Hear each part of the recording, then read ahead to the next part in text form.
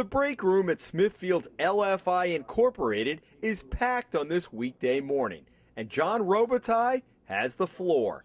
The Republican candidate for governor is largely preaching to the choir at this high-tech manufacturing plant.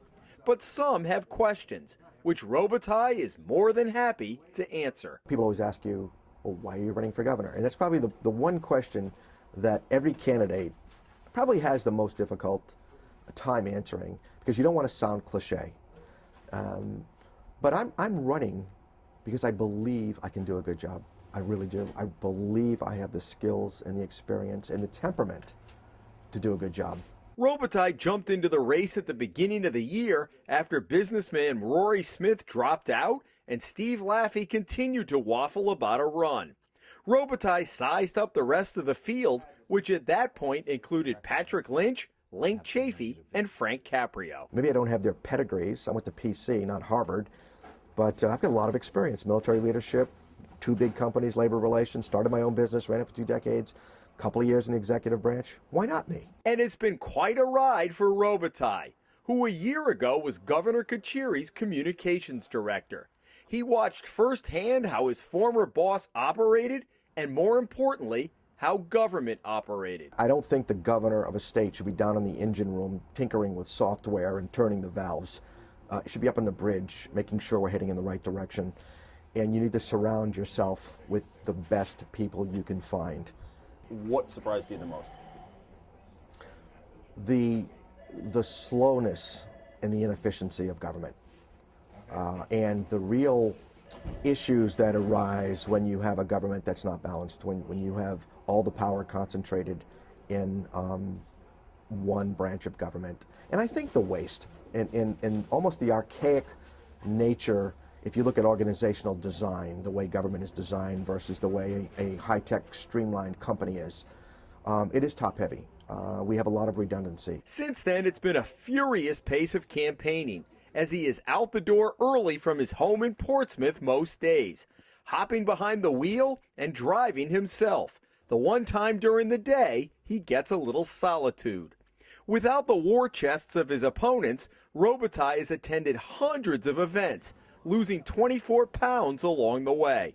He's often accompanied by his wife, Linda. Where does she fit in with this campaign? Oh, she's my most trusted advisor. She knows me better than anyone. And is that good to have your wife advising you?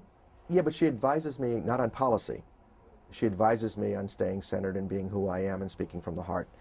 And we have an agreement, if I ever start sounding like a real politician, she's going to whack me in the back of the head. And part of that conversation is centered on whether to go negative.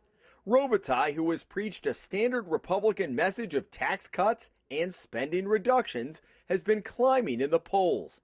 But some wonder if his positive message may not be enough to bridge the gap. It's pretty clear to me that you're trying to take the high road, all right?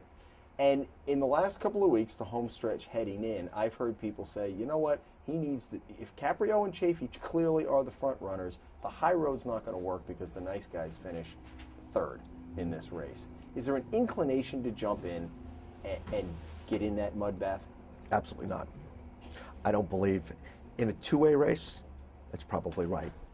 In a 4-way race, no, I have a pathway, and it's going to stay out of the gutter. The gutter's pretty cluttered right now. The fast lane's wide open.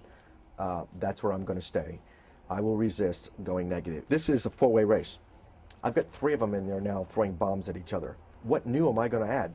What advantages is up to me to point out something that the other 2 have already pointed out on the third person? As he talks to business owners, workers, and others, Robitaille says he has tried to do a lot of listening. People are angry. People don't trust government. I think people want to have a governor who, maybe I don't want to use the word trust, but maybe who they believe is telling them the straight stuff. You hear a lot of rhetoric. A lot of politicians make promises. So many of which they know that they don't have it within their power to deliver. Robitaille says the fact the state has had a Republican in the governor's office for all but 4 of the last 26 years is a signal that voters want balance on Smith Hill. And he believes they are confused about what the other candidates really stand for. This race is very convoluted. You've got a former Republican in Chafee who's running so far left, I don't even call him a Democrat, he's a progressive.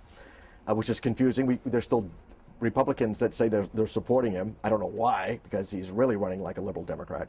You got Frank, whose voting record in the General Assembly says he's a pretty traditional Democrat who wants to run like a conservative. And then you got Ken, who says, well, I'm not left, I'm not right, I'm not Democrat, I'm not Republican. And people are going, well, where are you? He's all over the place. And you got Robitaille, who's running as a traditional Republican candidate. I don't have the identity crisis. They all do.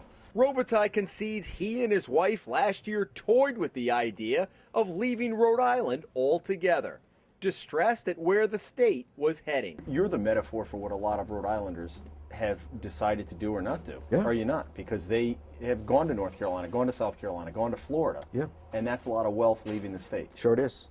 Sure it is. But, you know, there's a human emotion. It's fight or flight. And Linda was born here. I was born here. This is our home. We love where we live. And I was almost feeling I was being driven out of my home state. And, you know, rather than flight, I decided to fight. A fight that next week will be either just ending for John Robitaille or just beginning. Jim Hummel for the Hummel Report.